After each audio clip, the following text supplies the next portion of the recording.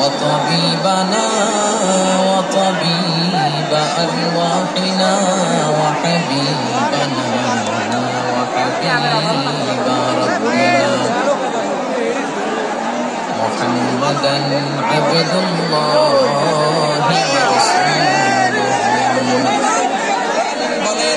هو الذي خلق لكم ما في الأرض جميعا এই জমিনের মধ্যে যা কিছু আমি আল্লাহ সৃষ্টি করেছি সব কিছু আমি মানুষের জন্য সৃষ্টি করেছি। পড়েন সুবহানাল্লাহ।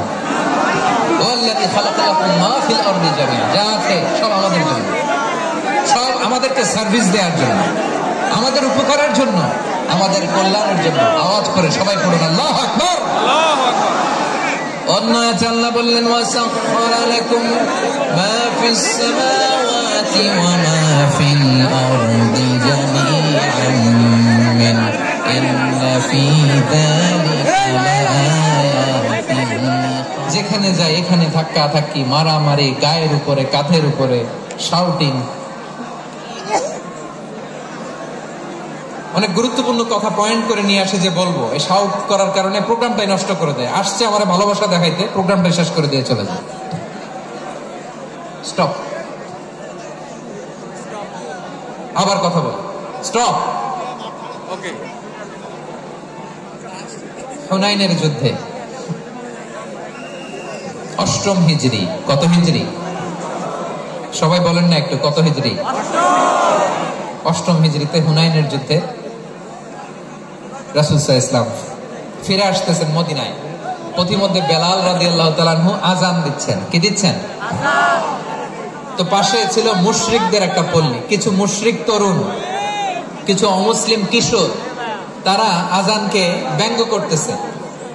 আমাদের বাংলায় মুখ ভাঙানো বলে আর কি। বেলাল রাদিয়াল্লাহু তাআলা আনহু আযান দিচ্ছেন, ওই বাচ্চাগুলো মুশরিক, তো ওরা আযানকে ব্যঙ্গ করতেছে, বিকৃতি করে ওরাও আযান দিচ্ছে। উদ্দেশ্য হচ্ছে আযানকে নিয়ে ঠাট্টা করা। উদ্দেশ্য কি? ঠাট্টা করা। ব্যাপারটা মনে কষ্ট পাওয়ার মতো ব্যাপার না? কিন্তু বিশ্বনবী ওইখানে দেখেন কি খুঁজলেন। বিশ্বনবী খেয়াল করলেন অমুসলিম কিশোরদের মধ্যে থেকে একটা কিশোরের গলাটা বড় দরাজ গলা, কণ্ঠটা বড় সুন্দর।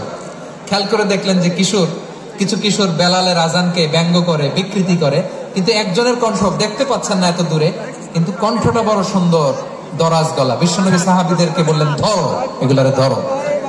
সবগুলারে ধরে বিশ্বনবী সামনে আনা হলো। ওরা হাঁটু গেড়ে বসলো। বিশ্বনবী বললেন তোমাদের মধ্যে কে যেন ব্যঙ্গ করে আযান দিচ্ছিল, তার গলাটা বড় উঁচু, গলার বেসটা বড় মজবুত, মেলোডিয়াস, সুমধুর কণ্ঠ। কে? আবু মাহজুরা বলে আমার বন্ধুরা সবাই আমার দিকে আঙ্গুল দেখায়, আমি পড়ে গেছি বিপদে। রাসূল সাল্লাল্লাহু আলাইহি ওয়াসাল্লাম বাকি অমুসলিম তরুণদেরকে ছেড়ে দিলেন, বললেন তোমরা যাও। এবার আবু মাহজুরারে পাইছে। আবু মাহজুরার চুলের মধ্যে হাত দিলেন বিশ্বনবী, মাথায় হাত দিয়ে বললেন এবার আযান দাও দেখি।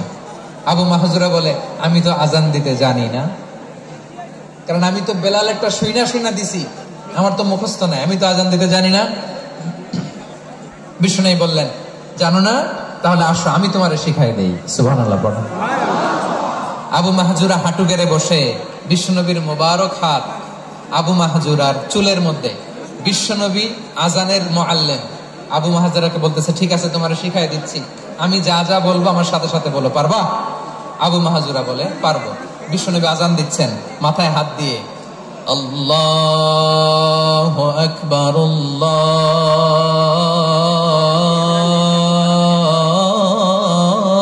আল্লাহু আকবার। আবু মাহজুরা এই বাক্যটা পড়লেন।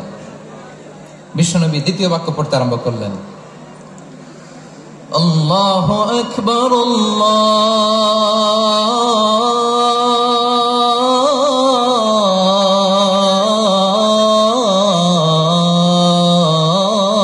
আল্লাহু আকবার।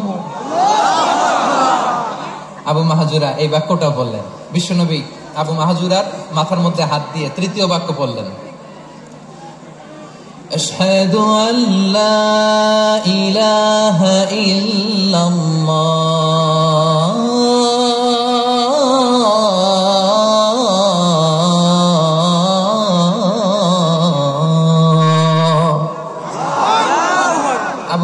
তৃতীয় বাক্য পড়লেন। বিশ্বনবী একটা বাক্য পরে আবু মাহাজুরা পরে, বিশ্বনবী পরে আবু মাহাজুরা পরে। আবু মাহাজুরা কিন্তু অমুসলিম, মুশরিক।